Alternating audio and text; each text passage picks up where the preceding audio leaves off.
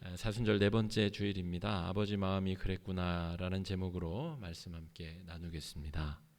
지난주 우리 성경 말씀을 설교 말씀을 기억하는지 모르겠습니다. 지난주 설교 본문은 누가복음 13장 앞부분에 이 3년간 열매를 맺지 못하는 무화과 나무의 비유 이야기였습니다.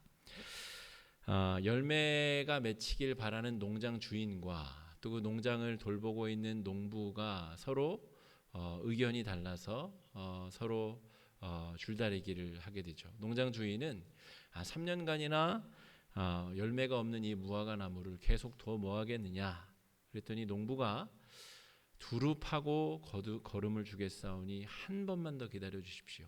내년 여름에도 과실이 없으면 그때는 희망이 없습니다. 그때 찍어 버리십시다 라고 이야기를 하는 내용이죠. 여러분, 그 비유는 분명 회개를 모르는 하나님의 백성들을 향한 경고의 이야기입니다.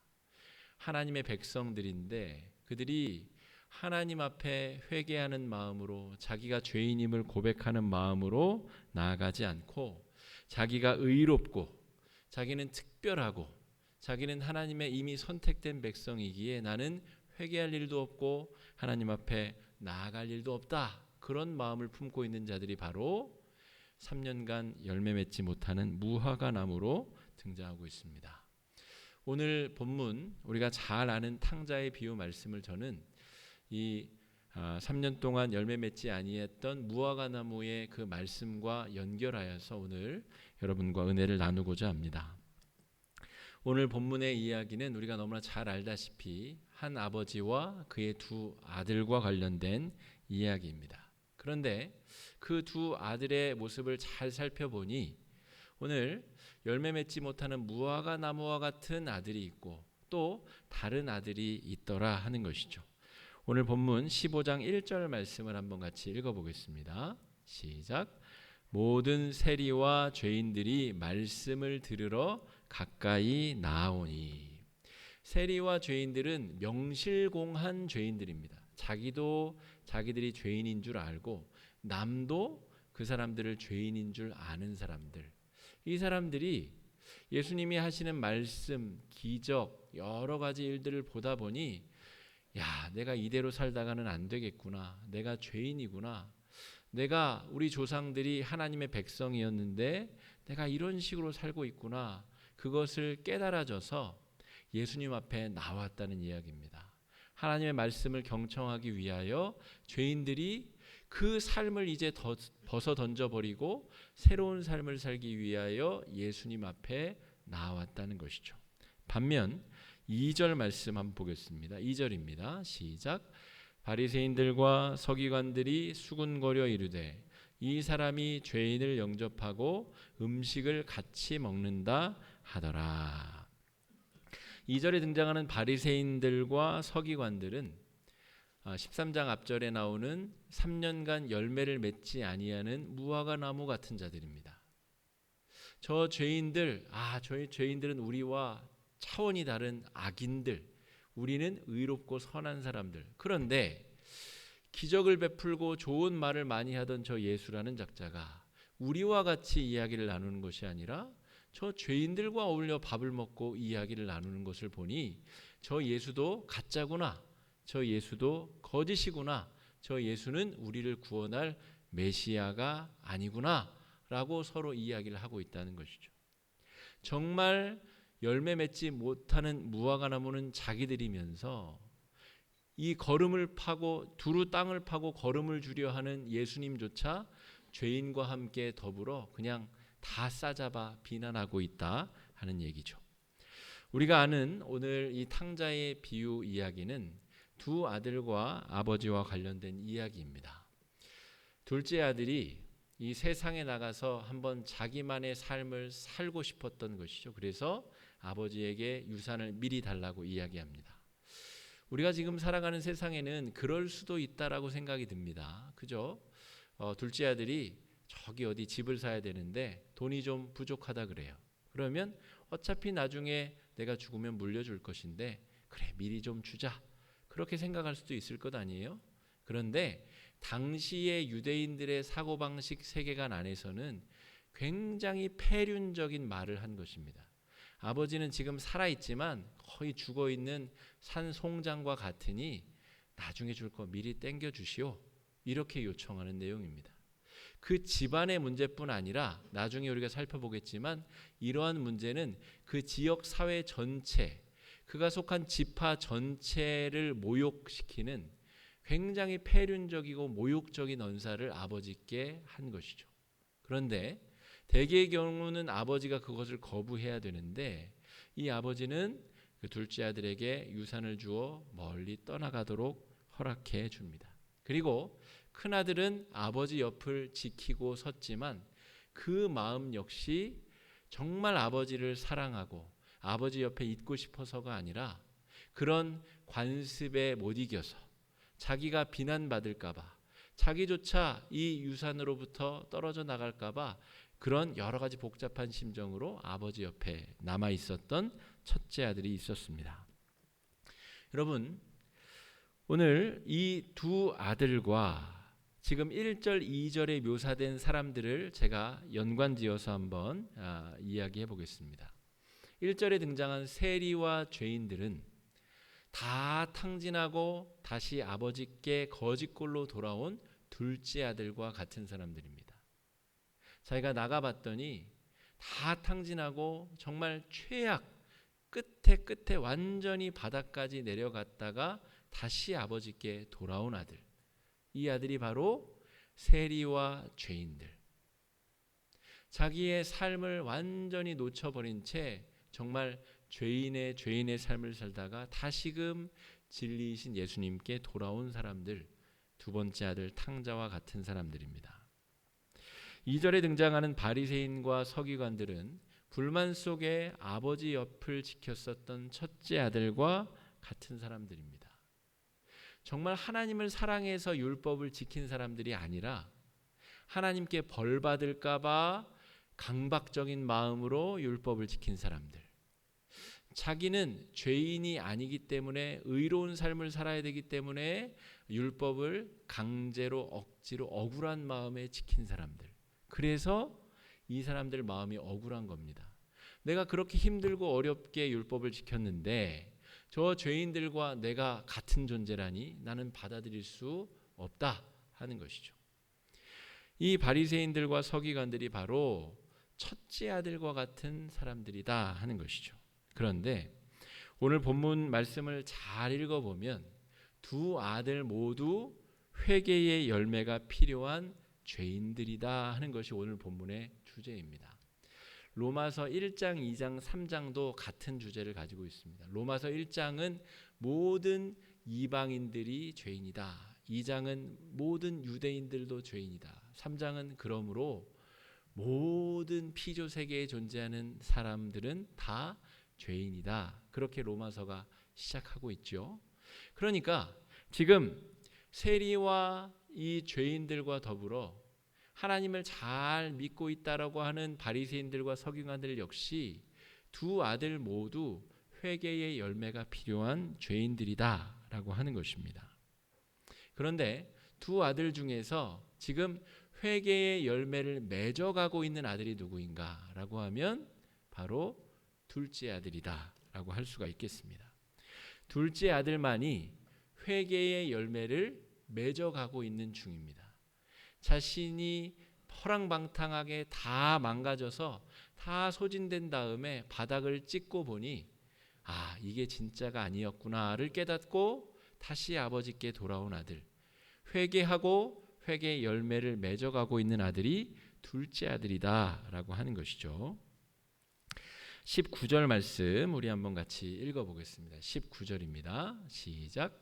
지금부터는 아버지의 아들이라 일컬음을 감당하지 못하겠나이다. 나를 품꾼의 하나로 보소서 하리라 하고. 이 아들이 외국에 나가서 가진 재산을 다 허비하고 그리고 이제 먹고 살 게 없으니까 그 이방 땅에서 취직을 합니다. 그랬더니 이 취직을 받아준 이 사람이 이 사람에게 들로 나가서 돼지를 치게 했다는 거죠. 유대인들에게 있어서 돼지는 이 만져서도 안 되고 이 가까이 하면 안 되는 부정한 짐승인데 그 돼지를 돌봐야 되는 일을 맡게 되었다는 거죠. 그런데 그나마도 급료를 충분히 받고 잘 먹고 잘 살았으면 됐을 텐데 먹을 것이 부족해서 돼지가 뜯어먹는 쥐염 열매를 내가 먹기 위해서 돼지와 육박전을 벌이고 있는 자기 자신을 발견하게 됐다는 것이죠. 하나님의 백성, 저 잘 살던 아버지 집의 귀공자 둘째 아들은 고사하고 하나님의 백성으로서의 정체성, 돼지라고 하는 짐승을 가까이 하면 안 된다라고 하는 율법의 정체성마저도 먹고 살기 위해서 지킬 수 없는 사람들, 그게 바로 1절에 기록되어져 있는 세리와 죄인들의 모습인 것이죠. 이게 탕자가 지금 직면한 삶의 모습. 돈은 많이 버는데 다른 사람들 불행하게 만들고 다른 사람들 다 쓰러지게 만들면서 내가 많은 돈을 끌어 모은 사람들. 근데 보니까 내 손에 피가 묻어 있고 다른 사람들이 다 쓰러져 있고 다른 사람들의 행복을 다 무너뜨려서 나 혼자 잘 먹고 잘 살고 있는 상태. 그래서 잘 먹고 잘 살기라도 하면 좋은데 그러고 나서도 자기조차 굶어 죽어가고 있는 현실이 탕자의 현실이다 하는 것이죠. 이 사람이 그래서 돌아가야 되겠다라고 결심을 한다는 것이죠. 그런데 내가 이제 아버지께 돌아가서 품꾼의 하나로 나를 받아주십시오 라고 이야기해야지 라고 마음을 먹었다는 겁니다. 그런데 요 앞에까지의 이 둘째 아들의 행태를 보면 제가 추측하건대 우리 아버지는 나를 다시 받아줄 거야. 그러니까 어차피 아들로 받아줄 건데 내가 말이라도 품꾼의 하나로 여겨주십시오. 그러면 남들 보기에도 아버지 면도 서고 나도 회개하는 것처럼 보이고 그렇게 보이지 않을까? 충분히 그런 생각을 할 정도로 그 반성하기 전에는 악한 아들이었다는 것이죠. 그리고 우리가 예상하는 바와 같이 그 아버지는 품꾼은 고사하고 다시 아들로 복권시켜주는 그런 어떻게 보면 좀 바보스러워 보일 정도로 사랑으로 가득 찬 아버지입니다. 그런데 이거는 우리가 하나만 알고 둘은 모르는 판단입니다. 오늘 이 성경 시대의 문화 사회적인 배경 이야기를 살펴보게 되면 왜 이 아들이 이런 작정을 하고 아버지께로 가는지를 알 수가 있습니다. 바로 쾌사사라고 하는 유대 문화 때문에 그렇습니다. 탈무드에 보면 이 쾌사사 의식에 대한 여러 증언들이 등장하는데 예를 들어서 가문에 망나니 짓을 하고 가산을 탕진한 자녀가 있을 것 아니에요. 그런 자녀가 지금 탕자의 경우와 같습니다. 그래서 집안의 가산을 도둑질을 했든 훔쳐갔든 사기를 쳤든 어쨌든 그것을 다 빼돌려서 외부에 가서 다 탕진해버린 자식이 그 고향 땅에 돌아오면 동네 사람들이 그 아들을 징계하는 의식이 있습니다. 그래서 질그릇에다가 온갖 견과류와 소리가 나는 그런 음식들을 모아가다가 그 아들을 붙잡아 놓고 그것을 깨트리고 그것을 저주하며 너는 이 동네 사람 우리 지파 사람도 아니고 너는 하나님의 백성도 아니다. 그리고 흠씬 두들겨 패고 목숨만 삼겨둔 채 살려둔 채 내쫓는 것이 바로 쾌사사 의식입니다. 이 사람은 그럼 어디로 갈 수 있을까요? 다른 지파 다른 동네 가면 목숨을 부지할 수 있을까요? 못 그러죠. 거의 주홍글씨 낙인이 찍힌 상태인데 어디 가서 살 수가 있겠어요? 저 유대 광야로 가서 혼자 살거나 산속으로 들어가서 나무 껍질 벗겨 먹고 살아야 되는 겁니다. 천의 고아와 이미 아버지께 폐륜을 저지르고 집안의 재산을 가지고 집을 떠난 자식은 그 집에서 용서한다고 되는 일이 아니라 그 동네 사람들이 용서하지 않는다는 것입니다. 그 가문이 그 폐륜적인 행위를 절대 용서하지 않는다는 것이죠. 왜 그러냐면 하나님의 백성이 애굽에서 탈출하여 가나안에 들어갈 때 가나안 땅은 하나님의 소유입니다. 그리고 하나님의 백성에게 임대해 준 그런 땅입니다. 그래서 이스라엘 백성들은 자식에게 땅을 물려줄지언정 그 땅을 타인에게 팔 수 없습니다. 그런데 그 귀중한 하나님의 땅을 남의 나라의 이방 민족에 팔아먹은 그 자식은 더 이상 하나님의 백성도 아니고 자기 민족도 아니고 더군다나 자기 가문으로 받아들일 수 없다는 것이죠. 여러분, 이 문화를 너무나 잘 알고 있는 둘째 아들이 아버지 집에 가면서 저를 품꾼의 하나로 여겨달라는 이야기가 여러분 어떻게 들리십니까? 제발 살려만 주십시오. 저는 쫓겨날 수 없습니다. 저는 쫓겨나면 또다시 돼지우리에 들어가 쥐염 열매를 위해 몸싸움을 해야 되는 정말 죽는 것밖에 남은 길이 없는 죄인입니다. 저는 아버지의 자식으로 다시, 당연히 그건 될 수도 없고 매 맞아 죽기 직전에 쫓겨나는 그런 인생이 아니라 저는 아버지 집에 품꾼이라도 제발 삼시세끼 밥이나 먹여주십시오. 저는 그렇게 살아도 무방한 존재입니다. 저는 그런 대접을 받아 마땅한 존재입니다. 정말로 회개하는 마음으로 지금 아버지께 품꾼의 하나로 여겨달라는 이야기를 하고 있는 겁니다. 그냥 듣기 좋으라고 동네 사람들에게 그냥 자기 자신을 옳게 보이려고 하는 이야기가 아니라 정말 죽게 생겼기 때문에 하게 되는 결심 아버지께 하고 있다는 이야기입니다. 그런데 이러한 아들에 대해서 아버지가 어떻게 반응하는지 한번 보십시오. 20절입니다. 읽어보겠습니다. 시작. 이에 일어나서 아버지께로 돌아가니라. 그를 보고 측은히 여겨 달려가 목을 안고 입을 맞추니. 여러분, 이 구절 읽으시면서 이상하다고 생각해 보신 적 없습니까? 그 망나니 같은 아들 뭐가 이쁘다고.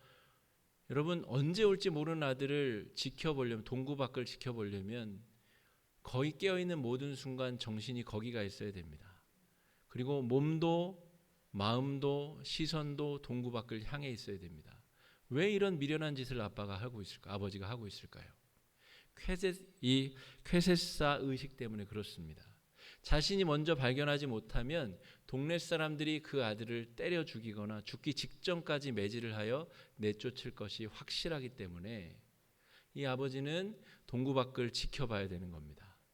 그리고 아들이 멀리서 정말 그 걸음걸이를 아버지가 알아봤을 때 달려갔다고 기록되어 있어요. 여러분, 드라마 같은 데 보면 이 사춘기의 자녀들이 이 뭐 가출 이런 거 하잖아요. 그러면 뭐 대개의 경우는 부모가 버르장머리를 고치기 위해서 문을 안 열어줍니다. 그리고 정말 이 무릎 꿇고 싹싹 빌고 밤새도록 문 밖에 무릎 꿇려 놓는 경우가 있더라도 쉽게 받아주지를 않죠. 그런데 이 아버지는 그 탕자를 맞이하기 위해서 달려갔다고 기록하고 있습니다. 동네 사람들보다 먼저 발견해야 되고 먼저 자신의 몸으로 이 아들을 덮지 않으면 아들의 생명이 지금 위험에 빠지기 때문에 아버지가 달려간 것이죠. 그리고 목을 안고 입을 맞추고 있습니다. 이 아들은 돼지를 치다 왔기 때문에 더럽고 냄새나고 이미 율법적으로는 오염된 사람, 더러워진 사람, 죄인인데 이 아버지는 목을 안고 입을 맞추었다는 것이죠. 그게 1절 말씀에 세리와 죄인들이 왔을 때 예수님이 그들과 밥을 먹고 이야기를 나누고 그들에게 살 길을 이야기해 주시는 장면과 오버랩되어 우리에게 읽혀집니다.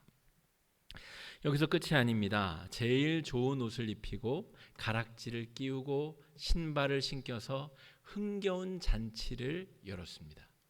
근데 뒤쪽을 잘 보시면 큰아들이 밭에 일하러 나갔다가 들어오자 이미 잔치가 진행 중이에요.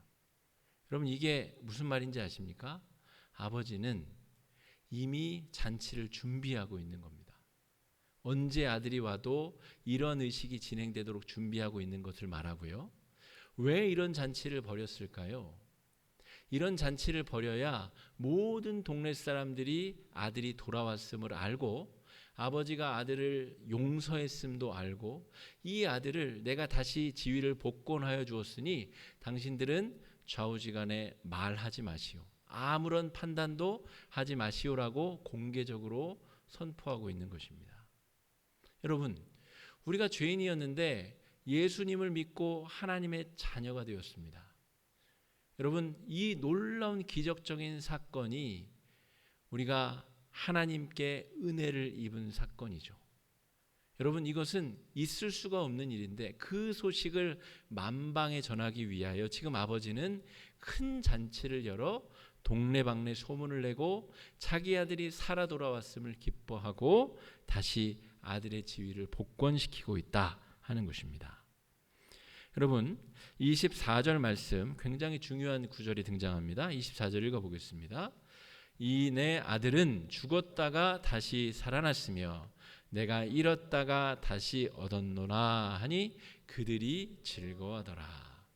죽었다가 다시 살아난 아들. 예수님을 만나기 전에는 우리가 다 이런 상황에 있었던 사람들입니다. 그런데 죽었다가 다시 살아났고 잃어버렸다가 다시 얻은 아들. 여러분, 그들이 즐거워하더라라고 하는 이 고백, 여기서 그들이 누구죠? 쾌세사 의식을 진행했어야 되는 동네 사람들이 같이 모여서 즐거워하고 축하하고 이 아들이 살아 돌아왔음을 기뻐하고 있다 하는 것이죠. 관습과 문화를 뛰어넘어 아버지가 아들을 용서했고 그 아버지가 받아들였으니 우리 관습의 문화를 극복하여 이 죄인 아들을 공동체가 다시 흡수해버렸다라고 하는 이야기입니다. 그런데 동네보다 못한 못난 형의 모습이 등장하고 있습니다. 여러분, 동네 사람들은 다 같이 기뻐하고 축하하고 정말 잔치를 열어서 지금 먹고 마시고 흥겨워하고 있는데 형이 밭에서 돌아와 가지고 잔치가 열리니까 종 하나를 불러서 물어봅니다. 어떻게 된 일이냐? 당신 동생이 돌아왔습니다. 그래서 아버지가 잔치를 열고 지금 기뻐하고 있습니다. 어서 같이 들어가시죠. 그랬더니 형이 남들보다 못한 반응을 보이고 있다는 것이죠. 내가 아버지 옆을 이렇게 지켰는데 그동안 나를 위해서는 하나도 안 베풀어 주셨더니 지금 창기와 함께 아버지의 유산을 다 팔아먹은 이 아들이 왔더니 아버지가 살찐 송아지를 잡았구나. 분통해하고 원통해하고 있다 하는 것이죠. 여러분, 오늘 이제 목장 모임이 이따 4시 반에 또 진행이 되는데요. 목장 모임을 위해서 제가 2가지 질문을 늘 적어 놓습니다. 주보를 보시면 첫 번째 질문의 내용이 뭔지 아십니까? 우리 모두가 다 죄인인데 첫째 아들도 죄인이고 둘째 아들도 죄인인데 그러니까 우리도 어느 쪽에든 속하는 죄인들이란 말입니다. 근데 나를 볼 때 나는 둘째 아들 쪽에 가까운 죄인인지 첫째 아들 쪽에 가까운 죄인인지를 한번 생각해 보자는 거죠. 여러분, 그냥 남 얘기로 생각해도 이 얘기가 굉장히 흥미진진하지만 이게 내 이야기라고 생각해 보면 이게 흥미진진한 게 아니라 아주 섬뜩한 이야기로 바뀌게 됩니다. 내가 바로 첫째 아들일 가능성이 높다는 것이죠. 주일날 11시에 이 자리에 앉아 계실 정도 되면 온라인 예배로 참여하실 정도 되면 첫째 아들입니다. 둘째 아들은 이 시간에 여기 없죠. 어제 밤새 진탕 마시고 놀다가 지금 이 시간에 자고 있지 여기 있겠습니까? 자기 생활하느라 여가 즐기느라 자기 생활하느라 바쁘지 왜 하나님 앞에 예배하고 있겠어요? 둘째 아들이. 적어도 우리는 첫째 아들일 가능성이 높다는 것이죠. 그런데 이 아들이 왜 이렇게 망가졌을까를 잘 생각해 보십시오. 아버지를 정말 사랑해서가 아닙니다. 아버지 옆에 붙어 있었던 이유가 자기 의의를 드러내기 위함입니다. 자식이라면 마땅히 이렇게 해야지. 그래서 자기 의의를 드러내고 자기 의의를 통하여 나중에 막대한 유산을 물려받을 근거를 마련하기 위해서 자기 정말 사랑해서 헌신한 게 아니라 자기를 위한 투자를 했기 때문에 아쉽고 아까운 겁니다. 여러분, 제가 가끔 성경 공부를 엽니다. 그런데 뭐 참여율이 그렇게 막 많지 않아요. 우리 교인들 한 15분의 1, 10분의 1 정도 참여하십니다. 여러분, 제가 한 50% 참여시킬 수 있습니다. 항전직 전체 다 필수, 이걸 하지 않으면 교회 봉사도 제약을 걸고 뭐도 못하게 하고 막 그렇게 들들 볶으면 참여율이 높아지겠죠. 여러분, 근데 그런 마음 가운데는 이런 첫째 아들의 마음이 숨어들 가능성이 굉장히 높아집니다. 억지로 하기는 하는데, 시켜서 하기는 하는데 기쁨이 없고 자발적으로 섬기지 못하는 섬김은 반드시 탈이 나고 반드시 문제를 이야기합니다. 그래서 우리의 섬김은 진실성과 자발성이 기본이 되어야 됩니다. 강제로 억지로 혼날까봐, 복받지 못할까봐 억지로 하는 섬김과 전도와 봉사와 섬김은 억울함을 만들고, 그 억울함은 다른 일을 정죄하고 자기 자신을 의롭게 만드는 용도로 우리를 집어삼키게 된다는 것이죠. 여러분, 이 첫째 아들의 아주 서늘하고 아주 잔인한 모습 속에서 우리 스스로의 모습을 발견해야 됩니다. 그것이 오늘 말씀이 우리에게 하고자 하는 이야기입니다. 자신은 죄가 없이 의롭다라고 하는 자의식은 절대로 회개의 열매를 맺을 수가 없습니다. 바닥을 찍지 못했는데 어떻게 회개를 하고 회개의 열매를 맺습니까? 적어도 둘째 아들은 자신의 만용 때문에, 자신의 탐욕 때문에 바닥을 찍어봤었던 사람입니다. 그래서 죽을 수밖에 없기 때문에 살기 위해서 마지막 선택이 아버지께 돌아온 것이죠. 아버지는 큰 아들의 이런 모습을 보고 큰 아들에게 공감받기를 원하십니다. 내 마음이 너에게도 좀 전달이 되기를 원한다. 아버지의 마음이 그렇다는 것이죠. 그래서 28절에 아버지가 이렇게 행동합니다. 28절 말씀 읽어보겠습니다. 그가 노하여 들어가고자 하지 아니하거늘 아버지가 나와서 권한대. 큰아들이 들어가지 않겠다고 하자 아버지가 나와서 권했다는 것이죠. 부탁했다는 것이죠. 내 마음이 이런데 내 마음을 좀 알아줬으면 좋겠다. 내 마음은 네 동생 둘째 아들이 죽었다 살아 돌아와서 나는 정말 너무 뛸 듯이 기쁜데 너도 내 마음 같으면 좋겠다라고 하는 것이죠. 여러분, 예수님은 우리를 위해서 죽기 위해 이 땅에 오셨습니다. 하나님은 죄 짓는 우리를 때리는 것에 쾌감을 느끼시는 그런 이상한 분이 아닙니다. 죄 짓는가 보다가 우리를 때리고 우리를 훈계하고 우리를 죽이는 것이 하나님의 목적이 아니라는 것이죠. 하나님은 우리가 회개하여 변화되어, 본래 우리가 하나님의 자녀였는데 그 하나님의 자리에, 영광스러운 자리를 벗어나 있었던 우리가 다시 돌아오기를 바라시고, 그것을 위하여 하나님은 모든 대가, 심지어 자기 자신의 소중한 명예와 생명까지도 지불할 용의가 있으신 분이 바로 우리 하나님이시라는 것입니다.